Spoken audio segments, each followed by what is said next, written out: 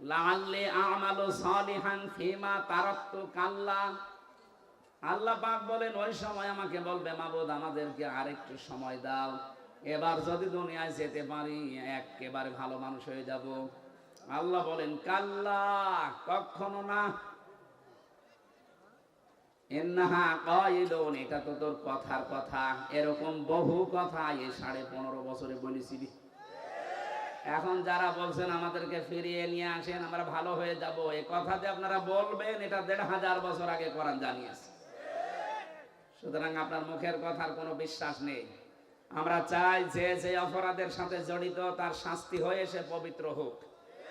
সুতরাং আস্তাগফিরুল্লাহ হবে না, অপরাধ যার কাছে ক্ষমা চাবেন তার কাছে। আর এর নিয়ম হচ্ছে যার যে অপরাধ করে ক্ষতি করেছেন ওই ক্ষতিপূরণ তাকে দেবেন, তার কাছে একেবারে বিনম্র হয়ে মাপ চাবেন। সে যদি মন থেকে ক্ষমা করে দেয় আপনি এদেশের বৈধ নাগরিক, নয়তো আপনাকে বৈধতা দেওয়ার বুদ্ধি আমাদের কাছে নেই। সাহাবী একজন এসেছে, মহিলা ডাক দিয়ে বলে হে রাসূল আমি জিনা করেছি, আপনি আমাকে মুক্ত করেন। নবীজি বলেন এই কথা কাউকে বলবা না, যাও। ও আবার সামনে এসে বলে হে রাসূল আমি জিনা করেছি। নবীজি বললেন এই কথা কাউকে বলবা না, যাও। ও আবার সামনে এসে বলে হে রাসূল আমি জিনা করেছি, আপনি আমারে মুক্ত করেন, এই পাপ থেকে আমি মুক্তি পেতে চাই। কারণ আমি কোরআনের আয়াত জানি, ওয়াল্লাযীনা লা ইয়াদউনা মা'আল্লাহি ইলাহান আখারা ইলা আখিরি আয়াত। সূরা ফুরকান 68 নম্বর আয়াতের প্রথম অংশে আছে পৃথিবীতে যারা 3টা অপরাধ করবে এদের শাস্তি আল্লাহ ডবল করে দিবে। 1 নম্বরে আল্লাহকে যারা ডাকে পাশাপাশি অন্য কাউকে যারা ডাকে। এই কোন দিকে তাকাচ্ছেন? এদিকে তাকিয়ে থাকেন, আমি কিন্তু ভাই একটু পরে জিজ্ঞাসা করবো আপনাকে। যে 3টা পাপের শাস্তি আল্লাহ ডবল বললেন, ইদাফ লাহুল আযাব ইয়াউমাল কিয়ামা, কিয়ামতে আল্লাহ ডবল করে শাস্তি দেবেন। তার প্রথম পাপ আল্লাহকে ডাকে মা আল্লাহি ইলাহান আখার, অন্য কাউকে তার সাথে জুড়ে দেয়। আর এটা বাংলাদেশে বেশি, যদিও রাজশাহী খুলনা এ সমস্ত বিভাগগুলোতে এখনো অত জোরার অভাবে শুরু হয়নি, এগুলো চট্টগ্রাম সিলেট বিভাগে চলছে। ওরা দেখবেন আল্লাহকে ডাকে কিছুক্ষণ, এরপরে ইয়ালি বাবা, শাহ আলী বাবা, কেল্লা বাবা, ফতে বাবা। কোথায় পেয়েছেন আপনি?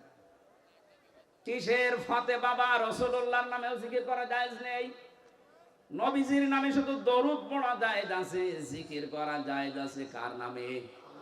আরো জোরে বলেন, ওয়ালিল্লাহিল আসমাউল হুসনা ফাদউহু বিহা ওয়াজারুল্লাযীনা ইউলহিদুনা ফি আসমাই।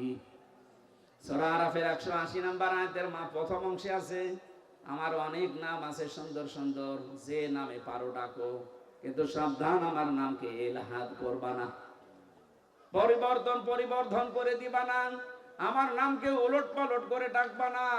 এই ঘোষণা কার? এটা রেকর্ড হচ্ছে, সারা দেশে কালকে যাবে। আমি সবাইকে সামনে নিয়ে বলছি আজকে থেকে আল্লাহর সাথে অন্য কাউকে আপনি আর ডাকবেন না, সে যেই হোক।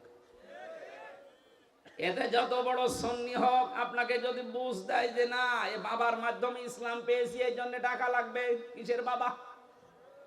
এ পৃথিবীতে ইসলাম এসেছে যার মাধ্যমে আমাদের নবী মুহাম্মদ রাসূলুল্লাহ, তার নামেও তো জিকির করা জায়েজ নেই। আর আপনার বাবা, কোরআনে কারিমে আল্লাহ নিজে জানালেন আল্লাহর সাথে অন্য কাউকে যদি কেউ ডাকে তার শাস্তি হবে কয়টা? আরো জোরে। সুতরাং আমার এই যে তাহেরি ভাইয়ের মতো যেন আল্লাহ আল্লাহ করার পরে কেল্লা বাবা, ফতে বাবা জীবনও ডাকবেন না, ভ্রান্ত ধারণায় আছে তারা। এখন যদি বলেন ওনারা আয়াত পড়েনি, আয়াত তো আমিও পড়েছি। উনি এইভাবে যদি বুঝতেন যে মা'আল্লাহি ইলাহান আখারা, আল্লাহর সাথে অন্য কাউকে যারা ডাকবে তাদের শাস্তি হবে ডবল। যদি বানিয়ে বলে যারা আলেম আছে বলেন তো। দ্বিতীয় নম্বর তো এতক্ষণ বললাম যে মানুষ হত্যা করলে তার শাস্তি ডবল হয়। 3 নম্বরে ওয়ালা ইয়াজনুন, জিনা করা যাবে না। জেনা আছে না নেই দেশে? এখন এই যে যারা ধরা পড়ছে এগুলোর প্রকাশ্য ভিডিও অডিও চেনা সব প্রকাশ পেয়ে যাচ্ছে। আপনি চিন্তা করেন 80 বছর 85 বছর বয়স, তার হাতের চেনা মুখের চেনা, বাকিটা নাই নাই বললাম। কোথায় নেমেছে তার চরিত্র বলেন তো? জেনা থেকে বাঁচার জন্য একটা ঔষধ বলছি, যেহেতু সবার জীবনে যৌবন আছে, আসতে পারে এরকম। আল্লাহ পাক নিজেই 2টা ঔষধ দিয়েছেন, আজকে থেকে আপনি প্রয়োগ করবেন। সূরা নূর 30 নম্বর আয়াত, কুল্লিল মুমিনিনা ইয়াগুদ্দু মিন আবসারিহিম ওয়া ইয়াহফাযু ফুরুজাহুম যালিকা আযকা লাহুম ইন্নাল্লাহা খাবীরুম বিমা ইয়াসনাউন। আমি যুবক মানুষ, আমি সহ যত মানুষ এখানে আছি, এই শাস্তি কিন্তু ডবল হবে যদি জেনা আপনার জীবনে থাকে। 1 নম্বরে, হে নবী আপনি মুমিন না পুরুষদেরকে বলেন তারা যেন চক্ষুনি নিম্নগামী করে রাখে পরনারী থেকে। তাহলে আজকে থেকে ওষুধটা অ্যাপ্লাই করবেন। পরনারী দেখলেই চোখ নিম্নগামী হয়ে যাবে, সে যত সুন্দরী হোক আর কালো হোক। কথা বলেন না কেন? 2 নাম্বার, ওয়াহফাজু ফুরুজাহুম, তাদের লজ্জা স্থানকে তারা যেন হেফাজত করে। এই 2টা কাজ যদি আপনি করতে পারেন, যালিকা আযকা লাহুম, এইটাই সবচেয়ে পবিত্র পন্থা। আপনাকে বাকিটা আল্লাহ করবে। আমি সহ যারা আছি আজকে থেকে পরনারী, সে মোবাইলে দেখেন, কম্পিউটারে দেখেন আর চোখের সামনে দেখেন, যেখানেই দেখবেন চোখ নিম্নগামী হবে না, আরো খুলে রাখবেন। বলেন।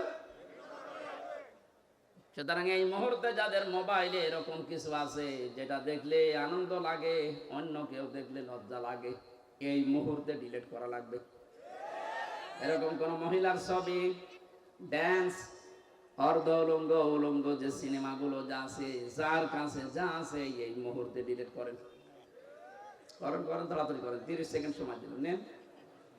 না না, ওয়াজ কিসের? ওয়াজ শুনতে এসেছে, এক্ষুনি আমল করা শুরু করা লাগবে।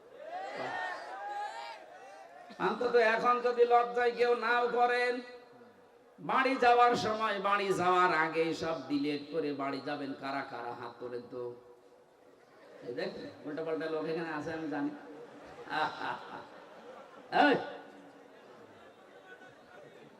যারা আছে বাড়ি যাওয়ার আগে এগুলো শেষ করে যাবে। জেনা থেকে বাঁচা এটা আল্লাহর রহমত ছাড়া সম্ভব না, বিশেষ করে আমাদের যে জামানা চলছে এখন, তো প্রত্যেকটা জায়গা জেনা দিয়ে পরিপূর্ণ করে দিয়েছে। বিশেষ করে 15.5 বছরে যা করেছিল, কথা বলে ঠিক কিনা? জাতিকে আমাদের বাঁচাতে হবে। আমি বলছিলাম, মেয়েটা ডাক দিয়ে বলে, হে রাসূল, আমি যেহেতু জেনা করে ফেলেছি, এখান থেকে যদি মুক্তি পেতে হয় তাহলে যে শাস্তি আছে আল্লাহর কোরআনের, ওইটা প্রয়োগ করেন। ওই শাস্তি যদি হয়ে যায়, দুনিয়াতে কোনো অপরাধের শাস্তি যদি হয়, ওই শাস্তির জন্য আল্লাহ কিয়ামতে আর বিচার সাজাবেন না। আপনি যদি আজ চুরি করেছেন, যদি হাত কেটে দেওয়া হয়, তাহলে কিয়ামতে এই বিচার আল্লাহ করবে না। মানুষ হত্যা করেছেন, দুনিয়ায় যদি আপনাকে মেরে ফেলা হয় বা দিয়ত দিয়ে যদি আপনি পার পেয়ে যান, তাহলে আপনাকে কিয়ামতের দিন আল্লাহ আর বিচার করবে না।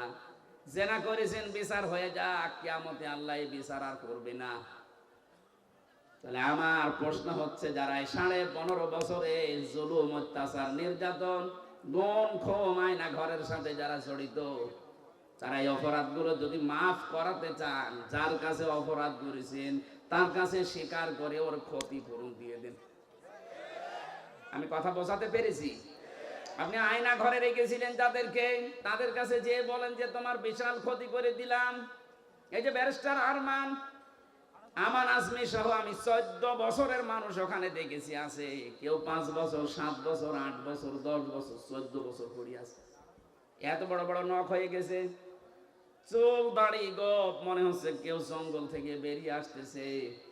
রিমান্ডে যখন আমার মাটির নিচে নিয়ে যেত, কিছু মানুষকে দেখেছি এই নখ দিয়ে খুশিয়ে খুশিয়ে ওই দেওয়ালের সাথে মাটির নিচে লিখে রেখেছে, ভাই যদি কেউ বাইরে যেতে পারেন এই নাম্বারে জানাবেন যে আমি বেঁচে আছি। টের পাচ্ছি একটা মানুষ 10 বছর 14 বছর জানে না যে কোন বছর চলছে, জানে না এটা যে কি মাস তাও তার জানা নেই, কি বার তাও জানে না, কয়টা বাজে তা তো জানে না। অথচ তার মাথার উপর দিয়ে গাড়ি ঘোড়া চলছে, মানুষ চলছে, হালকা আওয়াজ পাওয়া যেত। এই ছেলে এখানে কি করেন, কি ইয়ার কি মারাস নাকি? আচ্ছা দেন না মেয়ে দেন, এখান থেকে যান, জানেন যান। আবার দাঁড়িয়ে আছে কোন কারণে? যান এখানে যান, যান। কথা বলা যাবে। কি কঠিন ভয়ঙ্কর পরিস্থিতি শুনলে আপনাদের ভয় লাগে। আর আমরা নিজে ফ্রেশ হয়েছিলাম মাত্র 10 দিন, আমি তাই পাগল হয়ে গেছি। আর একটা মানুষ 14 বছর আছে। আর আপনি এখন এই সমস্ত জিনিসের সাথে যারা জড়িত ছিল, ওরা যদি বলে আস্তাগফিরুল্লাহ, আপনি কি আল্লাহর কাছে দোষ করেছেন? আপনি দোষ করেছেন যার কাছে? এরকম বহু মানুষ এই 15 বছর আপনার কারণে ব্যবসা করতে পারে নাই। হ্যাঁ, কথা বলেন না কেন? এই 15টা বছর আপনি চাঁদাবাজি করেছেন, তার অর্থনীতি নষ্ট করে দিয়েছেন। বহু মানুষকে 15 বছর তার জায়গা মতো উঠতে দেননি। এটা বানিয়ে বললাম? বহু মানুষ উপরের চেয়ারে ওঠার কথা ছিল, আপনি এই 15 বছরে তাকে উঠতে দেননি। আজ ডক্টর মোহাম্মদ ইউনূস চরিত্রবান মানুষ চাচ্ছে। চরিত্রবান মানুষ দেন, আমি বিভিন্ন জায়গায় বসাবো। আজ আমরা দিতে পারছি না, কারণ 15.5 বছরের চরিত্রবান মানুষ যেখানে উঠবে, ওই চেয়ার গুলোকে চরিত্রহীন মানুষ দিয়ে ভর্তি করে দিতেছিলেন। মানুষগুলোকে তো উঠতে দেননি, এরা জায়গা মতো যাবে কি করে? এদের যে বিশাল ক্ষতি করে দিলেন এই 15.5 বছরে। এখন কাবার গিলাফ ধরেও যদি বলেন আস্তাগফিরুল্লাহ, জীবনও মাফ হবে না। মাফ হওয়ার একটা পদ্ধতি আছে, যে মানুষগুলোর ক্ষতি করে দিলেন জীবনের, এদের এই জীবনের ক্ষতিপূরণ দেওয়া লাগবে। আমি আশা করছি আমার কথার ইঙ্গিতে আপনি বুঝেছেন যে কি ক্ষমা কি করে চাওয়া লাগে। অপরাধ করেছেন একজনের কাছে আর মাফ চাচ্ছেন আপনি আর একজনের কাছে।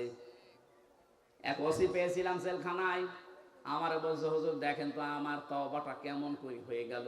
কি সেই যে নির্বাচন কেন আমি বাইরে ছিলাম, আমার যে কনস্টেবল আছে, আমার যে এসআই আছে, এএসআই আছে, দারোগা আছে, যা এদেরকে নিয়ে আমি আল্লাহর রাস্তায় ভোট কাটা আরম্ভ করলাম। সালাতু ওয়াসসালামু আলা রাসূলিল্লাহ, আম্মা বা'দ, ফাউযু বিল্লাহি মিনাশ শাইতানির রাজীম।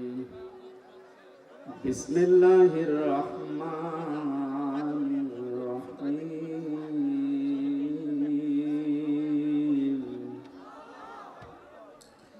ইয়া আইয়ুহাল্লাযীনা আমানু রুকউ ওয়াসজুদু ওয়া'বুদু রাব্বাকুম ওয়াফআলুল খায়রা লা'আল্লাকুম তুফলিহুন।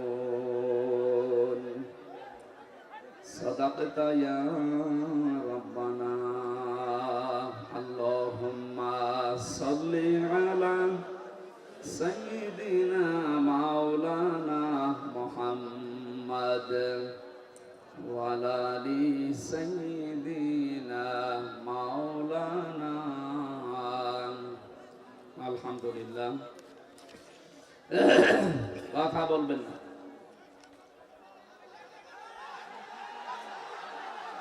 আপনারা বারবার কি বলে যে বসেন না কেন? শেষ করি, এত দেরি করলে সমস্যা নাই, বসেন। আপনারা আওয়াজ দেবেন তো আমারে নিয়ে আসলেন কেন? বসেন, আপনারা বসেন।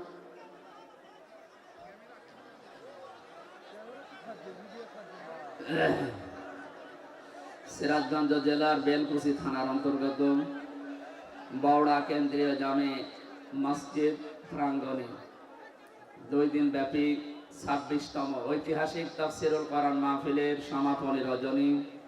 স্বনামধন্য সভাপতি, মাহফিলে উপস্থিত আছেন আমাদের অভিভাবক অধ্যক্ষ মাওলানা আলী আলম, আতালাল্লাহু উমরাহু ওয়া বারাকাল্লাহু ফি হায়াতি। উপস্থিত আছেন অন্যান্য নেতৃবৃন্দ, বিভিন্ন রাজনৈতিক দলের নেতা কর্মী, সামনে বসা মুসলমান ভাইরা, পর্দার আড়ালের সম্মানিতা মা এবং বোনেরা, আসার সময় দেখলাম প্রশাসনের ভাইরা। এতক্ষণ যারা আলোচনা রাখলেন ইসলামিক চিন্তাবিদ জনাব মাওলানা কারি আব্দুল কুদ্দুস, আলোচনা রেখেছেন মাওলানা হুসাইন আহমেদ, সম্মানিত পরিচালক হাফেজ মাওলানা আব্বাস আলী, অন্যান্য নেতৃবৃন্দ, আল্লাহর দরবারে শুকরিয়া জানাচ্ছি যিনি আমাদেরকে এখনো পর্যন্ত সুস্থ রেখেছেন বিভিন্ন দিক থেকে। সবচাইতে বড় সুস্থতা মানুষের জন্য দরকার তার ঈমানের সুস্থতা। এই সুস্থতা নিয়ে কোনো মানুষ যখন মরণের বিছানায় পড়বে, ফেরেশতারা যখন আসবে, দেখবে আপনি তজ্জিব কিনা। কোরআনে কারিমে আমি পড়েছি সূরা নাহলের 32 নম্বর আয়াত। আল্লাহ পাক বলেন, আল্লাযীনা তাতাওয়াফাহুমুল মালাইকাতু তাজ্জিবিনা ইয়াকুলুনা সালামুন আলাইকুম উদখুলুল জান্নাতা বিমা কুনতুম তা'মালুন। ফেরেশতা একজন দুইজন না, মালাইকা বহু বচন। এটা ফেরেশতা মণ্ডলী আসবে আপনার কাছে। তাজ্জিবিনা এই শব্দের ব্যাখ্যায় মুফাসসিরিন ইকরাম লিখেছেন, এটা শুধু শরীরের পবিত্রতা না, শুধু দেহের পবিত্রতা না, শুধু এই পোশাকের পবিত্রতা না, চিন্তা ভাবনা, বিশ্বাস এবং আকীদার পবিত্রতা করা লাগবে আপনাকে।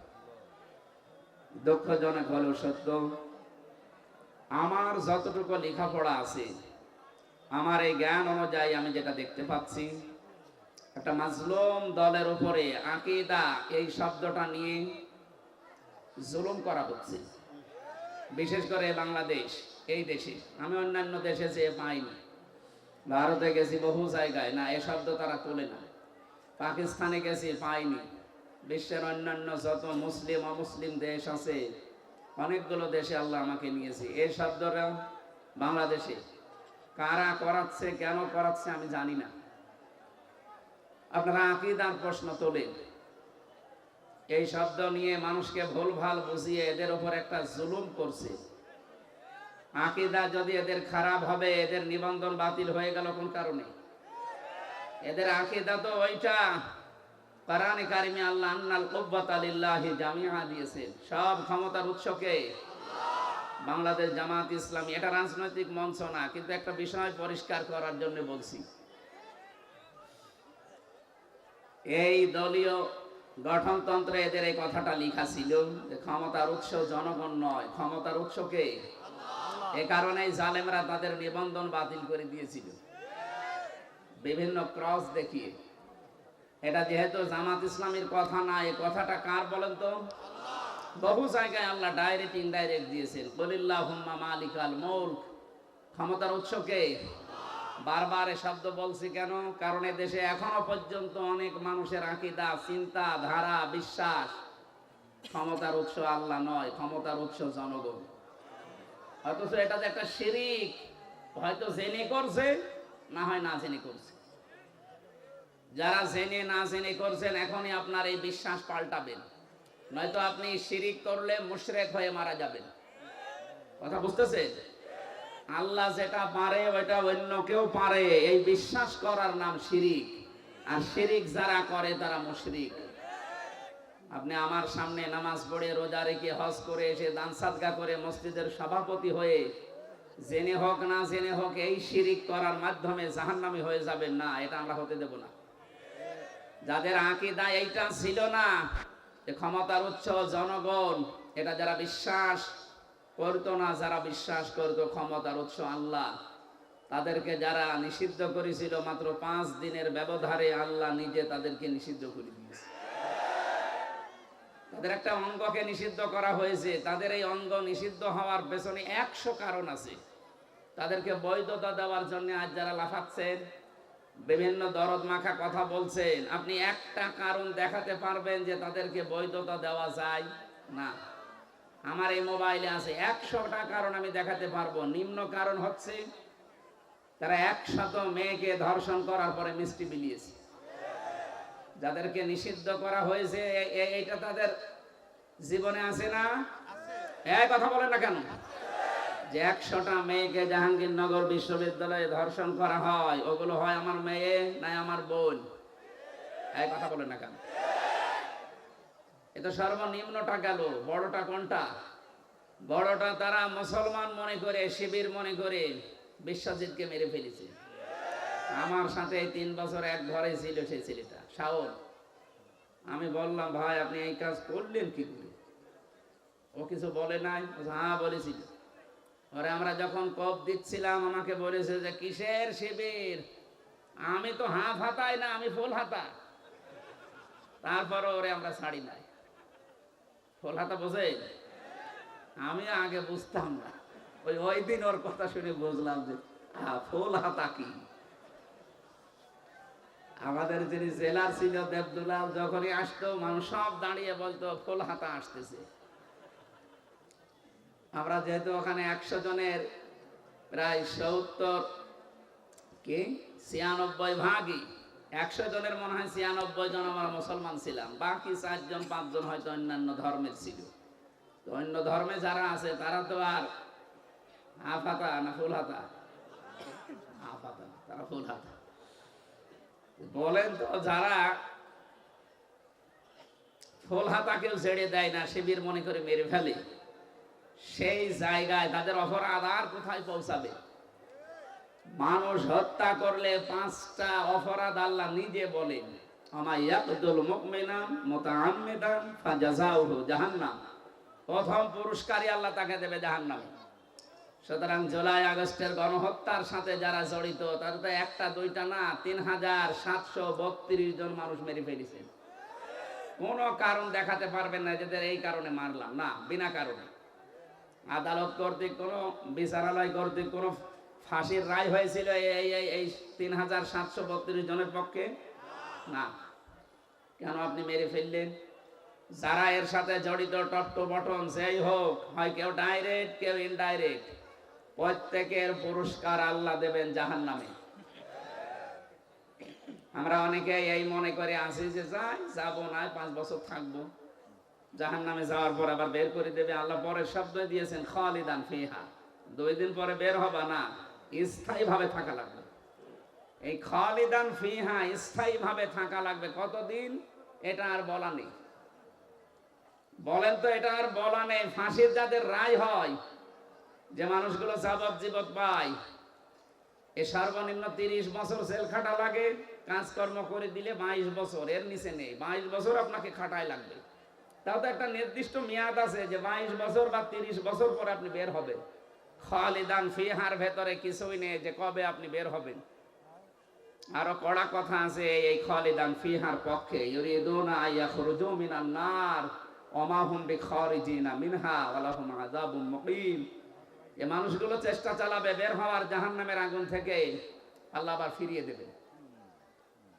শুধু ফিরিয়ে দেবেন এতটুকু আল্লাহ বলেননি, ওয়া লাহুম আযাবুম মুকিম, স্থায়ী আযাব দেবেন তাদের উপর। বের হওয়ার চেষ্টা করলে আযাব বেড়ে যাবে। আফামান হাক্কা আলাইহি কালিমাতুল আযাব আফা আনতা তুনকিযু মান ফিন নার। আমি আল্লাহ যাকে নির্ধারিত শাস্তি লিখে দিয়ে জাহান্নামে পাঠিয়ে দিয়েছি, হে নবী আপনি কি পারবেন ওকে জাহান্নামের আগুন থেকে বের করে নিয়ে আসতে? তার মানে এরকম অপরাধে যারা অপরাধী, বিশেষ করে 3টা, তার ভেতরে মানুষ হত্যা একটা, আরো 2টা আমি বাকি পরে বলবো। যারা মানুষ হত্যার সাথে জড়িত, সে যেই হোক, বিশ্বাস করেন কোরআনে কারিম জানাচ্ছে তাদেরকে স্থায়ীভাবে জাহান্নামে থাকা লাগবে। কোন বাবা, কোন পীর সাহেব আপনাকে বাঁচাতে পারবে না। আল্লাহ এতটুকু যদি শেষ করে দিতেন, তাও তো আমরা আয়াতটা অন্তত এ পর্যন্ত বলে শেষ করতাম। এর পরের শব্দগুলো আরো কঠিন। আল্লাহ পাক বলেন, ওয়ালা আনাহু, আমি নিজে তাকে লানত দেব। আগাদিবাল্লাহু আলাইহি, আমি নিজে আল্লাহ তার উপরে রেগে থাকবো। ওয়া'আদ্দা লাহু আযাবাম মুহিনা, আযাবান আযীমা, যন্ত্রণাদায়ক শাস্তি আমি আল্লাহ তার জন্য রেডি করে রাখলাম। জোরে বলেন নাউযুবিল্লাহ। আমার আফসোস হয় তাদের জন্য যারা ইচ্ছাই হোক অনিচ্ছাই হোক এই মানুষ হত্যার সাথে যারা জড়িত ছিলেন। পৃথিবীর বিষয়টা বলছি এই কারণে, এখন এদের যদি বিচার করা না হয়, আগামীতে যারা চেয়ারে বসবে এরা আরো বেপরোয়া হবে।